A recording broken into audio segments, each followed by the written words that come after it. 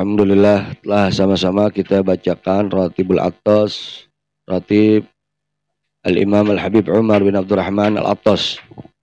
Mudah-mudahan kita semua mendapatkan keberkahan dari yang kita baca barusan, dan mudah-mudahan dengan keberkahan Ratib Al-Attas ini Allah Subhanahu wa taala perlancar, permudah urusan kita, wabil khusus urusan yang berkaitan dengan pembangunan pondok pesantren Rubat Huraidah ini. Dalam surah kali ini tidak akan banyak yang saya bahas karena kemarin sudah saya sampaikan dari mulai kronologis bagaimana ini tanah bisa ke kita sampai ini tanah jadi pondok pesantren dan seterusnya. Kayaknya udah nggak perlu dibahas lagi ya, karena udah pada paham semua ya. Cuman mungkin ada satu yang belum Anda sampaikan dan mungkin ini kelewat ya. Dan ini sebetulnya jadi rahasia kecil aneh ya. Jadi kenapa Anda ngambil nama Rubat Huraidah ini? Sebetulnya Anda ingat, sebetulnya ini bukan murni usul Anda. Bukan murni usul Anda. Ini sebetulnya datang dari Anda punya abah ya, Habib Idrus. Jadi dulu waktu Habib Idrus hadir peresmian Dar Inat di Bogor, pondok pesantrennya Habib Nagib bin Syekh Abu Bakar, selain Al-Khairot di Bekasi, beliau punya lagi Dar Inat, itu khusus tahfidz Quran di Bogor, nggak jauh dari markas syariah. Waktu itu abahnya hadir dalam peresmian pondok tersebut. Nah, jadi Inat itu nama kota. Inat, Dar Inat. Inat itu, Dar itu maksudnya adalah, Dar ini kalau orang Arab ini nyebut pondok pesantren itu kadang-kadang ma'had, kadang-kadang rubat, kadang-kadang dar ya, kayak Darul Mustafa ya, terus rubat tarim, ma'had. Kalau di sini kebanyakan ma'had, tapi kalau di Arab jarang pakai ma'had ya. Tapi sama-sama tuh asli artinya sama, semakna. Ma'had itu pondok pesantren, dar itu bisa rumah, bisa pondok pesantren, bisa asrama. Rubat itu bisa tempat pelatihan jasmani, fisik, bisa juga diartikan sebagai pondok pesantren ya. Jadi Habib Nagib itu ngasih nama pondok pesantren Dar Inat. Ya. Inat itu nama kota tempat Syekh Abu Bakar bin Salim, leluhurnya Habib Nagib ya, yang biasanya hallnya diselenggarakan di Cidodol ya. Tempat Habib Syekh Abu Bakar bin Salim itu dakwah di kota Inat. Makanya Habib Nagib ngambil Dar Inat ya, karena beliau keturunan Syekh Abu Bakar bin Salim. Pulang dari situ abahnya nyeletuk ke aneh, cerita dah biasa, enak tempatnya Ustadz Nagib, adem begini begitu ya. Dia punya Inat, tar kita punya Huraidah begitu ya. Jadi itu omongan sepintas 20 hampir 30 tahun yang lalu mungkin ya. Kurang lebih 20 tahunan yang lalu ya. Nah, makanya waktu anak kasih nama itu, anak inget itu. Tar, kalau Inat kan kotanya bin Syekh Abu Bakar lah bahasanya gitu. Kalau Huraidah ini kotanya Alatas gitu. Abangnya nyeletuk gitu. Ntar kalau misalkan Habib Nagib punya Inat, kita punya Huraidah gitu. Ya. Itu 20 tahun yang lalu tuh. Ya. Aneh masih belum ya, nama iyain aja, ya udah gitu. Buat ternyata alhamdulillah sampean sekarang ya. Nah, jadi aneh nggak mau panjang lebar ngomong ya. Karena kemarin udah banyak yang aneh sampaikan.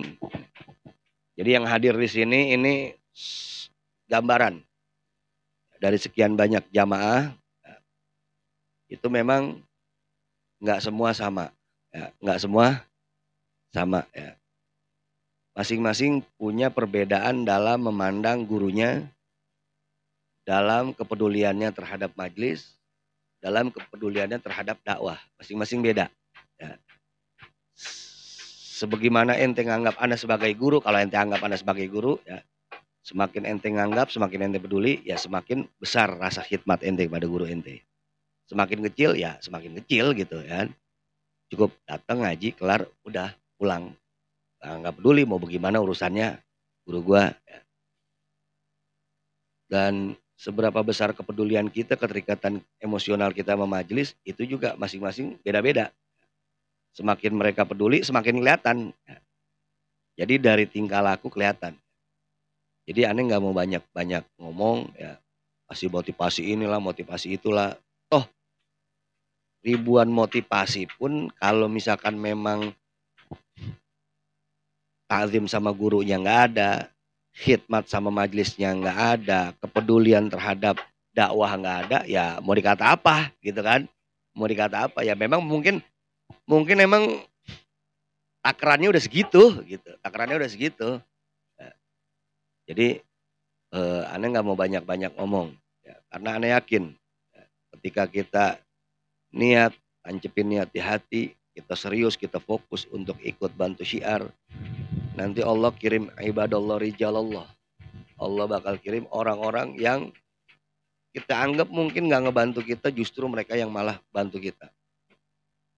Yang mungkin kita harapin ngebantu kita, justru malah mereka nggak bantu kita. Jadi ana ingat perkataan satu ulama Habib Ali bin Muhammad Al-Habsyi, pengarang Simtud Duror. Beliau pernah ngomong begini, kami bait nih qarib wa qarib nih bait. Berapa banyak yang aneh anggap dia dekat sama ana, peduli sama ana. Ternyata dia jauh, dia nggak peduli sama ana. Wa kamim bait nih garib. Dan aneh anggap banyak yang aneh anggap dia ini nggak peduli sama aneh. Dia ini jauh sama aneh. Ternyata garib, ternyata justru dia deket gitu. Jadi ternyata apa, kita nggak bisa ngandelin orang itu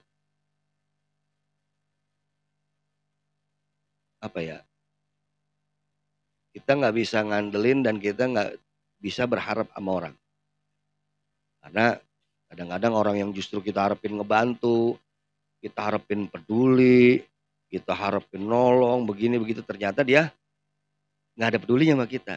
Dan justru yang kita anggap ya dia bisa apa sih ngebantu, bagaimana aling ngebantu apa sih, buat ternyata justru Allah ngasih bantuan lewat dia ya. Nah, jadi ini juga pelajaran penting buat kita ya. Mungkin kita ngelihat wah si Fulan mah kaya nih, kita samperin nih ya, kayaknya bakal ngasih gede, belum tentu ya. Bisa jadi justru yang kita anggap sepele justru dia yang bakal bantu banyak ya.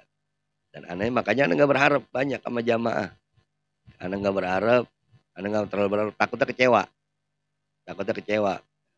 Makanya ya yang ada ini ya alhamdulillah, berarti ini yang memang punya kepedulian ya. Jadi masing-masing memang beda, masing-masing beda dalam memandang guru, dalam memandang majelis, dan kepeduliannya terhadap majelis, terhadap pondok, terhadap dakwah. Dan itu nggak bisa dipaksakan. Itu nggak bisa dipaksakan. Maka ente bersyukur kalau ente diberikan oleh Allah kelebihan dari hal-hal itu, ente bersyukur. Mudah-mudahan itu membawa kebaikan buat ente dan keluarga ente. Ya. Sebab dikatakan dalam kitab Ta'limut Ta'lim, kalau ente khidmat sama ulama, khidmat sama ilmu, nanti ente akan jadi ulama. Kalau ente nggak jadi ulama, nanti anak ente akan jadi ulama. Kalau anak ente nggak jadi ulama, nanti cucu ente jadi ulama. Kalau cucu ente nggak jadi ulama, bakal ada salah satu dari keturunan ente yang akan jadi ulama, yang akan mengangkat derajat ente di sisi Allah Subhanahu Wa Taala. Ya. Berapa banyak kita lihat yang bapaknya bukan orang biasa, yang bapaknya bukan ulama. Jangan jauh-jauh, zaman dulu, zaman sekarang. Antum kenal Habib Hanif? Habib Hanif itu ayahnya bukan ulama, Habib Rahman. Beliau kerja, tapi beliau cinta ulama. Beliau khidmat sama ulama. Sekarang anaknya jadi ulama. Terus di Banten ada lagi Buya Qurtubi Jailani. Bapaknya itu jawara, bukan ulama. Tapi pecinta ulama. Selalu bantu sama ulama. Khidmat sama ulama. Sekarang anaknya jadi ulama. Kalau kita cerita yang jauh-jauh lagi dulu nih, banyak lagi. Ini yang sekarang yang kelihatan mata dah. Yang kelihatan mata. Mudah-mudahan ini bisa membawa kebaikan buat kita semua.